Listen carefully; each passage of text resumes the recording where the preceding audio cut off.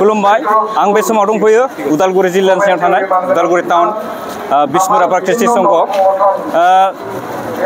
बोसोरफ्रोमबो खुंबोबाय थानाय बायदिनो देग्लाय बोसोरावबो उदालगुरि जिल्ला दुलाराय बर' फरायसा आफादा 12थि रंजालि बैसागु फोरबोखौ विष्णु राभा ख्रिस्टि संघनि जे लांगोनायाव एबा गेवलां फोथाराव दिनै खुंनायखौ नुनो मोनदों।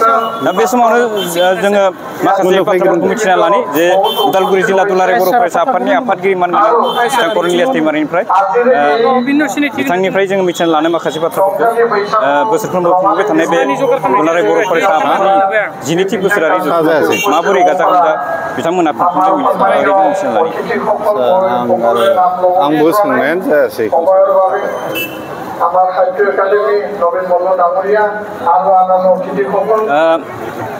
उदालगुरि जिल्ला दुलाराय बर' फरायसा आफादा बोसोरफ्रोमबो खुंबोबाय थानाय बायदि देग्लाय बोसोरावबो 12थि रंजालि बैसागुखौ देग्लायबो खुंदों। नंगौ उदालगुरि जिल्ला दुलाराय बर' फरायसा आफादा थांनाय दिनैनिफ्राय 14 बोसोर सिगांनो बे रंजालि बैसागु फोरबोखौ जिल्ला भित्तियाव मोनफ्रोमबो दखर आफादखौ लानानै जोङो बेवहाय मोनफ्रोमबो जाथि जनगोष्ठीनि जातीय दल संगठनफोरखौ लानानै जोङो बेयावहाय बिथांमोननि उपस्थितियाव बे हाबाफारिखौ लाबोनाय जादों। गेजेराव कभिडनि बोसोरनै जों गेप दोननांबाय बेनि थाखाय 12थि देग्लाय जों खुंदों।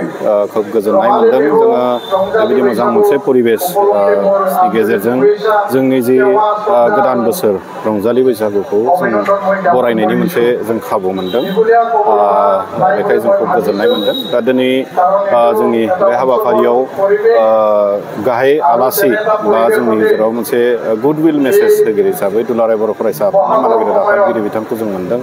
लोगोसे जिल्लानि डिस्ट्रिक्ट कमिशनार बिथां फैगासिनो आरो एसपि बिथाङाबो फैगोन होनदोंमोन। दा बिथाङाबो फैगोन। दा बेबायदि जोंनि प्रशासन बिभागनि आरो गुबुन गुबुन सरकारि जिखिनि अफिसफोरनि अफिसारफोर जोंजों लोगोसे दिनै बे हाबाफारियाव बाहागो लादों। आरो बेजों लोगोसे जोंहा उदालगुरिनि सिङाव थानाय मोनफ्रोमबो माने आफादफोर स्टुडेन्ट अर्गानाइजेसनफोर जेरै आसु, आक्सु, आक्रासु आरो आसु सान्थालि स्टुडेन्ट इउनियन बेबायदि गुबुन गुबुन सात्र संगठनफ्रा जोंजों लोगोसे हेफाजाब होदों। आरो बे बैसागु फालिथायनि गेजेरजों जोंनि ओनसोलाव उदालगुरियाव मोनसे हदाय अनलायलायनाय बिदा फंबायनि मोनसे गोरोबलायनाय बेबायदि लानायनि गेजेरजों उदालगुरिखौ बोरै जोङो मोनसे गोजोन मोनसे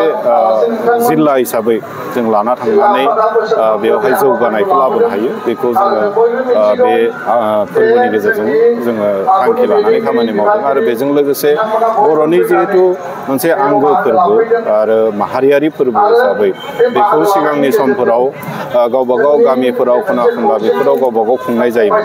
दा बै एखे फालिथायखौनो जोङो मोनसे सेन्टार मिरु हिसाबै जोङो हमनानै बेनि गेजेरजों जोङो भारतनि गुबुन गुबुन ओनसोलफोराव बा भारताव थानाय साफ्रोमबो नागरिकफोरनो जोङो बर' हारियाबो जे जोङो बैसागो होननाय मोनसे फोरबो जाया जोंनि माहारियारि फोरबोखौ जों खुंनाय जायो बेखौ जों मोनथिहोनाय जादों। बेनि गेजेरजों जों प्रमट खालामनो जों नाजानाय जादों।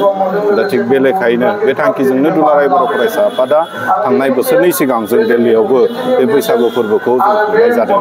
दा थिग बे एखे मोनसे थांखि आरो नोजोरजोंनो उदालगुरि जिल्ला दुलाराय बर' फरायसा आफादाबो बोरैहाय जोंनि माहारियारि फोरबोखौ सारा पृथिबियाव बयजोंबो मोनथिजानाय जों खालामनो हायो आरो बेजों जोंनि हारिमुखौ बोरै प्रमट खालामनो हायो बेखौ थांखि आरो नोजोर लानानै जों बे हाबाफारिखौ खुंबोनाय जादों। आरो आसा खालामदों जों जि थांखि आरो उद्देश्यखौ लानानै जों आवगायदों बे गासैबो समजों लोगोसे जों मोनफुंलांगोन, मोगथां महर मोनगोन।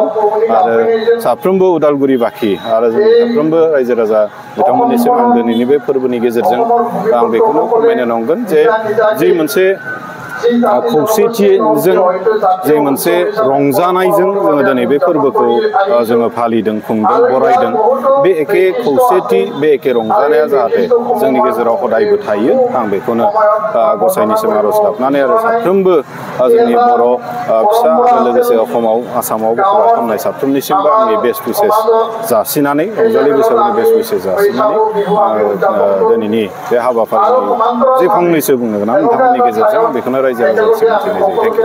जिहेतु हाबाफारिखौ गुबुन गुबुन रोखोम लादों मा मा हाबाफारि आरो बेयाव लाबोनाय जादों? बेवहाय जोङो फुंबिलि समाव जोंनि दुलाराय बर' फरायसा आफादनि फिरफिला बिरहोनाय आरो लोगोसे बैसागुनि जि फिरफिला बिरहोनाय बे हाबाफारि बिनि उनाव जोंनि माहारियारि मुंख्लं बिथांमोननिसिम माने बिबार बावनाय जों हाबाफारि थांनाय समफोरावबो लाबोदों देग्लायबो जों लानाय जादों। बेनि उनाव बैसागो थिलि जों बेखेवबाय आरो बे बैसागो थिलियावनो गुबुन गुबुन दखरा आफादनिफ्राय मोसाग्रा हान्जाफोर जोंहा फैदों फ्राय 12टा मोसाग्रा बेबायदि हान्जाफोर दङ आरो बिथांमोना बेवहाय बाहागो लागोन मोसागोन आरो बेजों लोगोसे जोंहा मेथाइ खनगिरिफोर लकेल आर्टिस्ट जोंहा दङ गुबुन बायजोनिफ्राय जों बेबायदि लिंनाय जाया जोंनि गावनिनो जिल्लानि गावनिनो आंगोफोर जायफोर बिथांमोनखौ जों प्रमट खालामनायनि जों एसे प्रसेसटाबो जोंहा दङ बेखाय जों लकेल जिखिनि मेथाइ खनगिरिफोर दङ बिथांमोना बाहागो लादों आरो बेवहाय गेजेर गेजेर बेजों लोगोसे जोंनि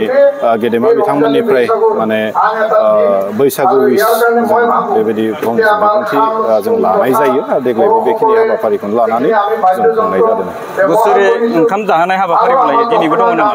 ओंखाम जाहोनाय हाबाफारि जोंनि जिथु गोखा गोखै जोङो बे समाव जायो बे देग्लायबो लादों देग्लायबो जानाय हाबाफारियाव जोंहा जादों। Thank you.